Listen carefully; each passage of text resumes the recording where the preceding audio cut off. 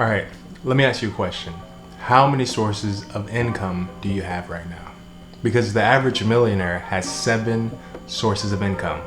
And during a pandemic or an emergency like this, that's the safest place to be in, because if one source of income falls through, you still have 6 sources of income to fall back on. Even investors live by this concept. It's called diversification. You never want to put all your eggs in one basket. So for example, if you think the price of gold is going to skyrocket, you don't put all your money into gold, you put half of it into gold, and then you have some bonds, some stocks, and some real estate in your portfolio. So if gold doesn't work out, or if it goes down, you don't lose all your money. You still have things spread across other assets in your portfolio. So in this video, I'm going to talk about the easiest, cheapest businesses that you can start from home to generate an extra source of income starting this month. But first things first, if you haven't subscribed to the channel already, please subscribe to the channel. I talk about all sorts of things involving investing, money, self-improvement. So just go ahead and subscribe just right now. Just go ahead and do it. I get a notification whenever you do it, so I'll just wait for that.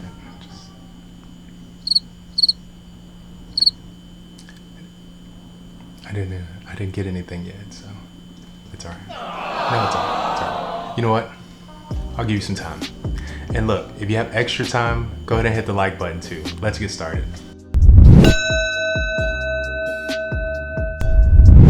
So right now is a time where it's really easy to see why having an extra source of income would be good, because you might have been laid off, or you might know someone who's been laid off, because the reality is a lot of people are getting laid off right now, and a lot of businesses are failing right now.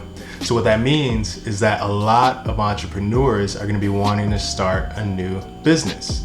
But the good news for you is that all of the businesses that I'm going to talk about in this video put you in a position to actually capitalize off of those entrepreneurs instead of them being your competition. All right, so first I want to start with the easiest and most popular business right now, which is reselling, okay?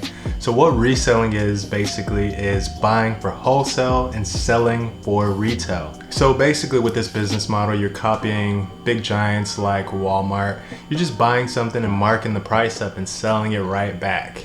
I think this is one of the most popular business models right now because it's probably the easiest. I mean, there are huge sites like Alibaba and AliExpress and so many other sites where you can find things wholesale. So there are actually a couple of routes you can take if you're going to do the reselling. First, you can sell in person. I think this is a really good way because there is Facebook Marketplace and Craigslist, things like that, where people are looking for things all day, every day.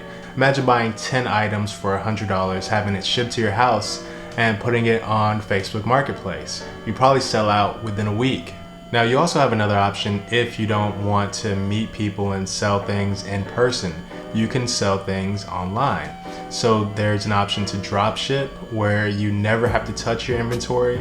You literally order it from the manufacturer and send it to the buyer. So that means you have to have your own website. You have to post the wholesale item on your website. And then when you get an order, you use that money to buy the product and then ship it to the customer. Now there's also something called Amazon FBA. So basically what that is Amazon holding your products for you. So instead of having it shipped straight from the manufacturer to the customer, you order in bulk from the manufacturer, have it sent to an Amazon warehouse, and then whenever you get a sale from a customer, you just have it sent straight from Amazon to that customer. All right, so the tools you need for buying, you'll just need a wholesale website. AliExpress works really good, Alibaba, and then there are so many other websites where you can buy wholesale. Or if you're someone who does a lot of shopping or a lot of thrifting, or you like to go to garage sales, you can even do that. Then as far as selling, Facebook Marketplace, eBay, Squarespace, and Shopify are all good solutions. Okay, so what are the pros and cons of reselling? So the pros, you're in control of pretty much everything, all right? Another pro is that you can flip your money much faster. So if you invest in, let's say, an index fund, you're looking at a 10% average return per year, okay? If you take that same money and invest it in reselling, you're basically gonna get the return after you finish selling the items, and then you can resell more items and more. It's called scaling up. and it happens a lot faster if you're selling products than if you're investing. Another pro is that unlike investing, you can just run ads to your products. So you find the right product at the right price and you can sell it at the right price, then you could just boost those ads until you get your income to the level that you want. So the con to reselling is that unlike investing, you actually do all the work. So if you put your money in an index fund, you don't have to touch that. You just basically stress out on a daily basis when the market goes up and down, but you don't have to touch anything. You just let it sit in the index fund until the end of the year or until you're ready to take it out. But with drop shipping or with reselling, you have to do all the work. You have to make the website, you have to talk to the customers, you have to do the marketing. So, it's a lot more hands-on than something like investing in an index fund, but your return is going to be much higher. All right, so real quick, let's compare an investment into reselling to an investment into an index fund with $5,000. All right, so you start with an index fund with $5,000. Basically, it's one transaction. You buy your way into the index fund and then you wait until you're ready to take your money out of the index fund. And if that index fund had an average year, you're looking at a 10% return at the end of the year. So how much is that? That's $5,500 at the end of everything. So you're looking at a $500 increase. All right, so now let's say you're reselling and you buy 50 items over the course of a year for $100 each. And you sell each of those items for $135. So if you do this over the course of a year, you're gonna end the year with $6,750. Or in other words, more than 3 times what you would have made with an index fund, and that's with 50 items. And to get the same return that you would have got with the index fund, you would have just had to sell those $100 items for $110 each for that $500 profit. Okay, and lastly, as far as reselling, let me give you an insider tip, okay? Pick an expensive item. Just pick an expensive item. Don't try to sell $3 items for $10 because it's not gonna work in the long run. Pick something that's $100 and sell it for $150, $175, $130, because that's gonna be worth it and you're gonna be able to scale that business up instead of it just being a couple sales trickling in and you not being able to scale it up with ads or anything like that. All right, so this next business is a booming industry and it's gonna be booming even more in the future, and that's online education. So if you have any sort of specialized skill or knowledge, you can teach that knowledge for money online. There are actually a couple of ways to teach online. You can either make video lessons or you can make PDF lessons and materials. Now, if you're gonna do the video lesson route, there is the free route. There are websites like udemy.com. You can upload a video course, just create the lessons on your phone or with a camera, and then upload them to Udemy completely free. And the good news is that Udemy will get you traffic for free. You don't have to get any traffic, you don't have to do anything, you don't have to pay a monthly fee.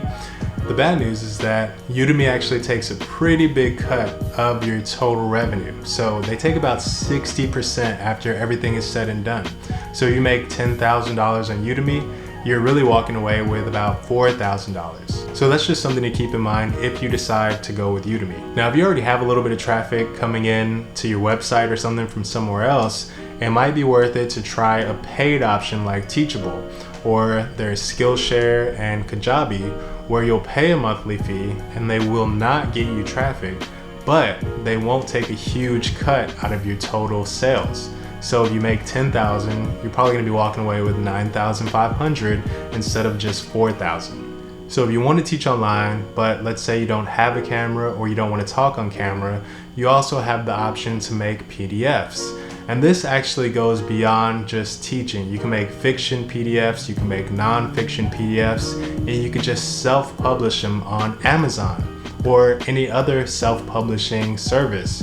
But with Amazon, it's a lot like Udemy. You can self-publish your product to Amazon, and you can start to actually get traffic from Amazon.com. I think one of the keys to teaching online, whether it's through self-publishing through Amazon, or if you're teaching a course on Udemy or Skillshare or Teachable, is to actually price your products where it'll be worthwhile. Don't make a PDF and charge 99 cents for it, because you have to sell millions of PDFs to make it worthwhile, okay? Charge $29.99. Charge $100 for your course. Charge $500 for your course. That way, instead of selling 200 courses a month or 500 courses a month just to make ends meet, you only need to sell 4 courses a month or 3 courses. And trust me, it's going to be a lot easier to sell 3 courses at $500 than to sell 200 courses at $10. Another good thing about raising your prices, whether it's with reselling or with teaching courses online or any other business, is that you can actually run ads. When you have a little bit more margin, you can use that margin and bring in more sales.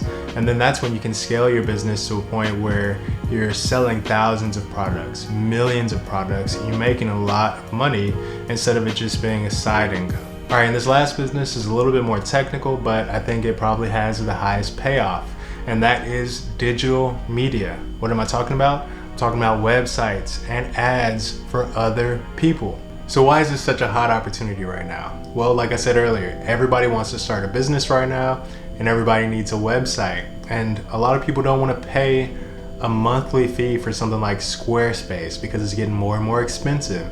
They don't want to pay a monthly fee for Teachable or Skillshare, and they don't want to make their own website. So that's where you come in and you build their website for them, and you run their ads for them, and you get a piece of their business. And if you get that piece of their business, your income can scale up with their income as you're running more and more ads for their company. All right, I know you're probably thinking that you don't know how to run ads, you don't know how to create websites, you're not technical, you don't know how to code, but the truth is that it is so easy nowadays to make websites that it takes about a day or 2 to learn, okay? There are so many different options. You have WordPress.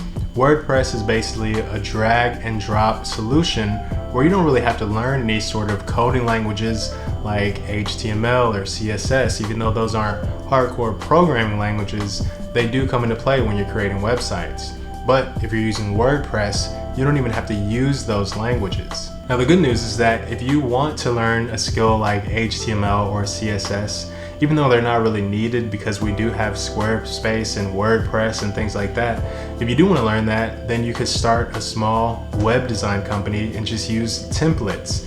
So for example, a client pays you $2,000 to build them a big, beautiful website. They send you their logo, they send you their mission statement and all sorts of things about the company, and you turn around and you just buy a template. And what you do is you just adjust that template, you put their name in there, you put their logo in there and their wording, and you send it back to them.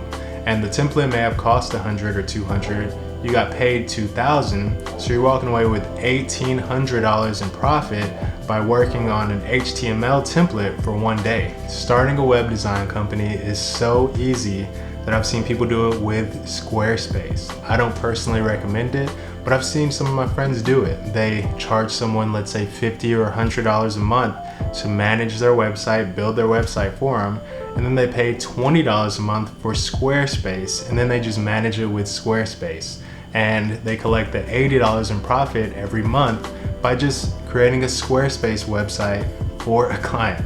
Again, I don't recommend it because it's so easy to just learn HTML in 1 or 2 days and then just get an HTML template, and you can make much more customized websites and charge much more for those websites. And on top of that, it won't be a monthly fee for you to maintain that website like it would be if you were to use something like Squarespace.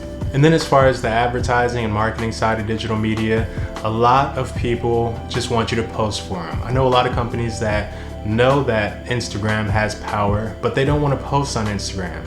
So they're willing to pay $300, $400, $500 a month just for you to post on their Instagram. And if that's the case, all you have to do is have them send pictures that you want to post, and then you'll post those pictures and write a little caption, write some hashtags, and then just collect their check every single month. And another option is if they don't send you any photos, you could just go get some stock photography. The good news about that is that if you do get stock photography, you can charge your client more money. Just say, if you don't have pictures, I can get pictures for you and provide those, but it's gonna be an extra X amount of dollars per month. I briefly ran a digital media agency, and I was actually surprised how many people were hitting me up about web design and advertising. So many companies, so many families, so many friends that didn't know how to build a website. And all it took for me was to build a WordPress website to attract those clients. And once they went to my website and saw that I had products to offer, that's when the phone calls started coming in. All right, so I hope this gave you a pretty good idea of what sort of businesses people are starting every day right now to create an extra source of income for themselves. And I'm not talking about just $100 a month. You can scale this to $1,000, to $5,000, to $10,000 a month if you do it right. And I hope you're seeing an underlying theme with everything I talked about. Everything needs a website. So when it comes to making money online, you need to attract people somewhere, whether it's a platform that you're on or a website that you own. But that's a common denominator between anyone who pretty much makes money online. They have some sort of web landing that they can send customers to, and then that's where the transactions happen. All right, if you're thinking about starting a business, let me know what type of business you're thinking about, and maybe I'll do some research and we can talk about it in the next video. And again, please hit that subscribe button. I want you to be part of the family. I swear I'm coming out with a video for you. Just subscribe, just do it. And then hit the like if you have extra time. All right, I'll see you next time.